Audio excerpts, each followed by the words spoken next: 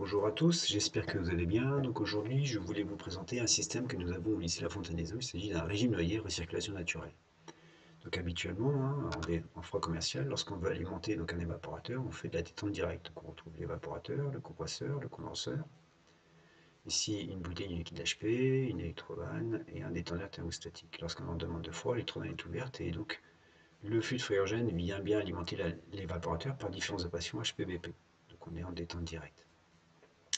Lorsqu'on est en froid, lorsqu'on a beaucoup de puissance frigorifique installée et que les distances entre la salle des machines, entre la bouteille et l'entrée de l'évaporateur et entre la sortie de l'évaporateur et l'entrée des compresseurs est importante, lorsque cette distance est importante, ben, les pertes de charge dans les lignes sont importantes et ça vient dégrader le coefficient de performance de la machine.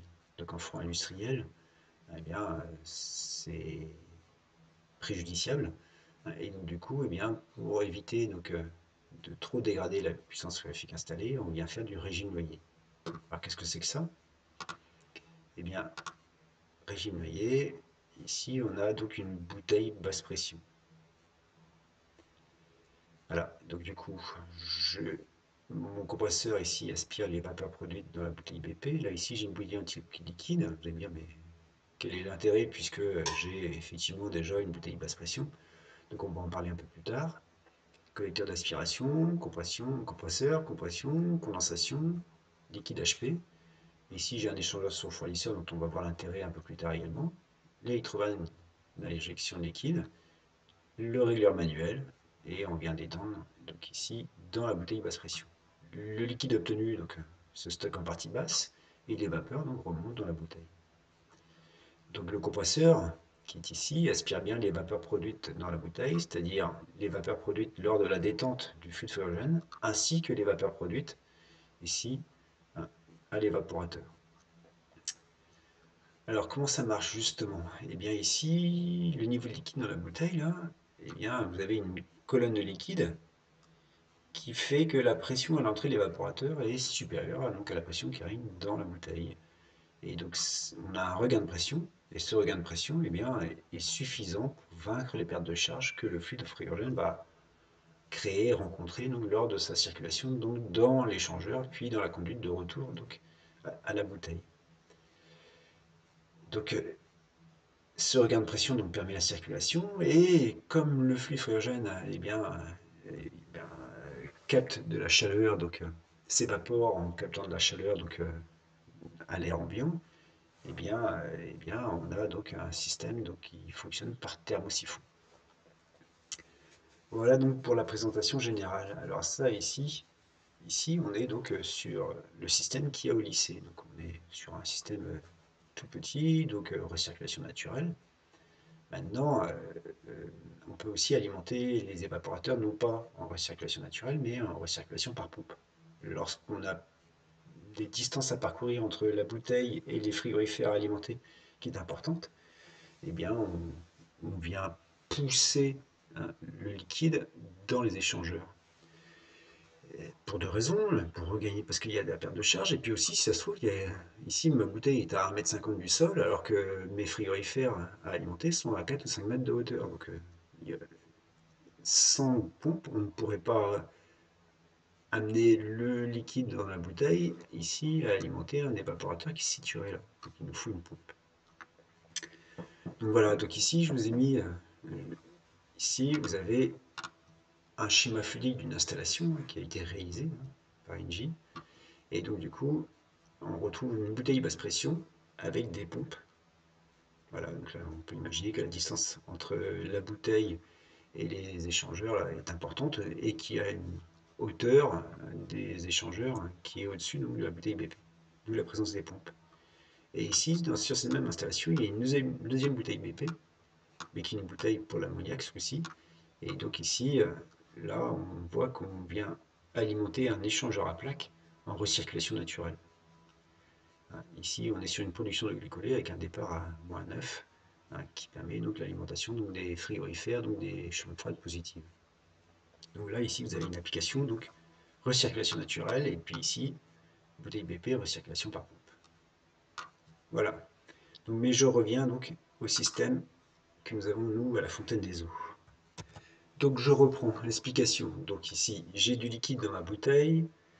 Hein, j'ai une pression à l'entrée de mon évaporateur qui est supérieure à ma pression qui arrive dans ma bouteille grâce à ma hauteur de colonne de liquide. Donc ici, j'ai circulation de mon fluide frigorigène puisque j'ai une production de vapeur.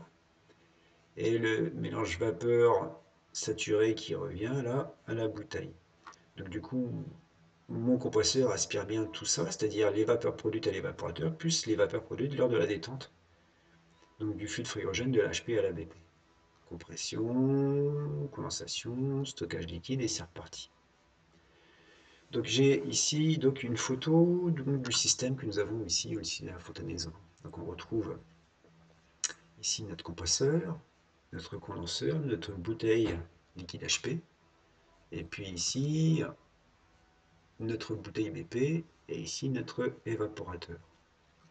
Donc l'évaporateur qui se trouve être en dessous de la bouteille BP pour pouvoir bénéficier de la recirculation naturelle. Voilà, donc ça c'est le système que nous avons.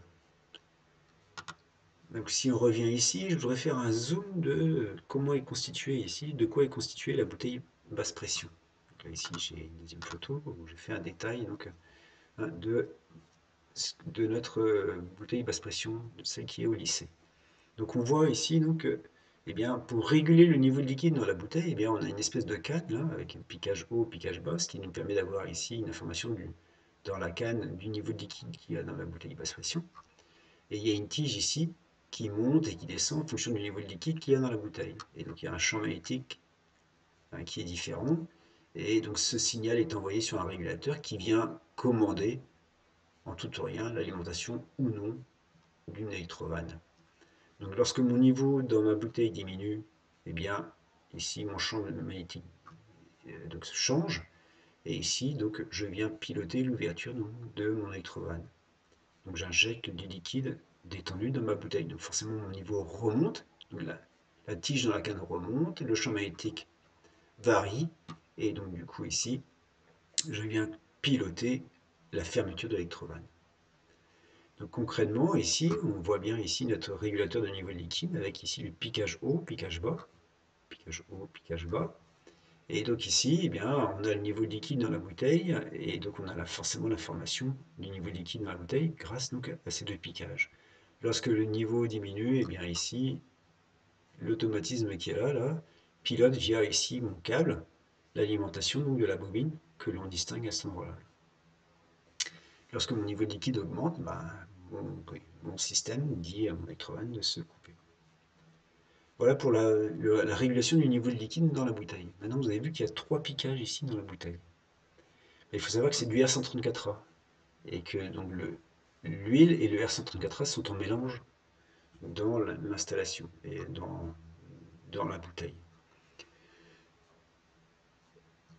On le sait, au refoulement du compresseur, on va avoir de l'huile à partir, et donc même si on met un séparateur d'huile, de toute façon, à long terme, eh bien, on va avoir ici piégé toute l'huile dans la bouteille basse pression. Donc il faut réintégrer cette huile. Donc on sait que l'huile et le fluide frigorigène sont en mélange dans la bouteille, mais l'huile est plus légère que le fluide frigorigène, donc on peut penser que l'huile surnage dans la bouteille. Donc du coup on a fait des piquages, ici, autour du niveau du liquide normal dans la bouteille. Et donc, qu'est-ce qu'on fait? On vient réintégrer systématiquement, on vient aspirer un petit débit donc, de mélange huile-fluide frigorigène qu'on fait passer ici sur notre échangeur, qu'on appelle un décocteur, qui permet donc la séparation du fluide et qui s'évapore, et l'huile, du coup, continue son chemin, poussée par les vapeurs, et arrive ici sur la bouteille anti-coup de liquide. D'où la bouteille anti-coup de liquide qu'on a, et puis derrière ici, réaspiration de compresseur. L'évaporation de cette petite quantité de fluide frigorigène permet le surrefroidissement de mon liquide HP. Donc ici on a un système décocteur qui permet et le surrefroidissement du liquide et donc la séparation entre l'huile et le R134A. Voilà donc la présentation du fonctionnement du système du lycée La Fontaine des Eaux.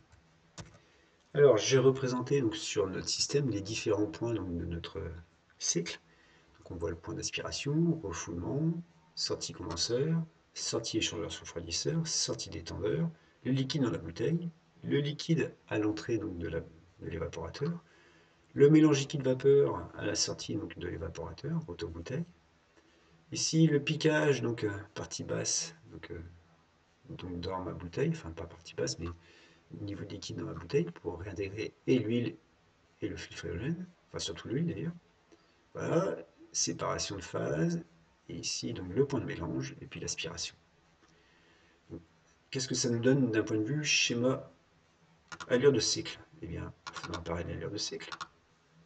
Voilà, donc on retrouve ici notre diagramme enthalpique, avec ici notre isobar basse pression, notre isobar haute pression, et puis donc partons du liquide dans la bouteille par exemple.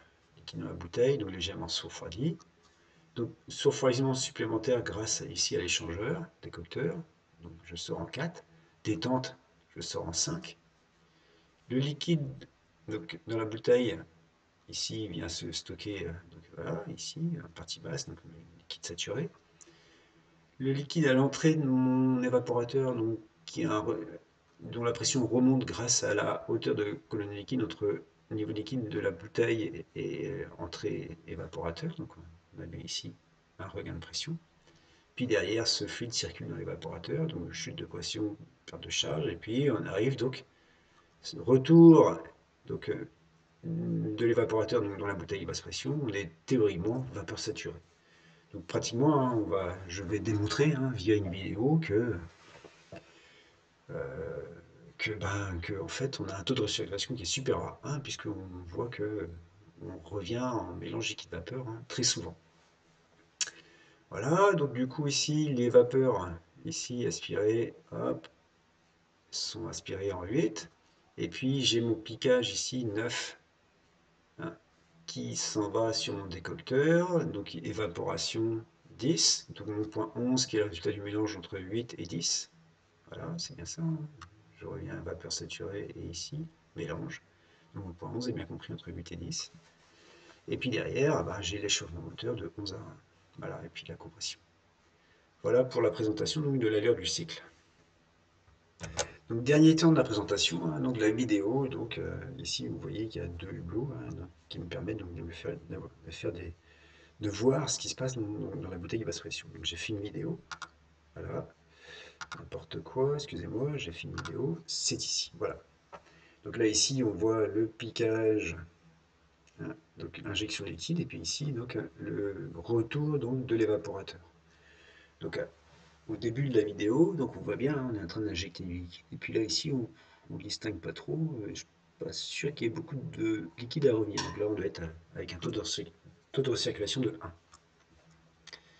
Donc je vais mettre en route hein, la vidéo et puis je ferai une pause et je reviendrai en arrière pour faire des commentaires.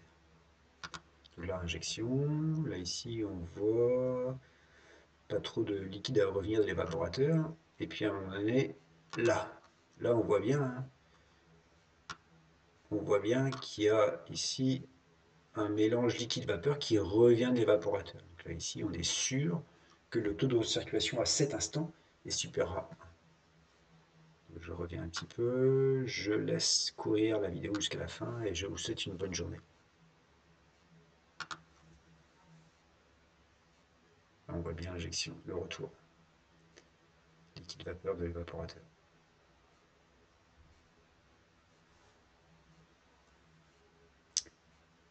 Bonne journée.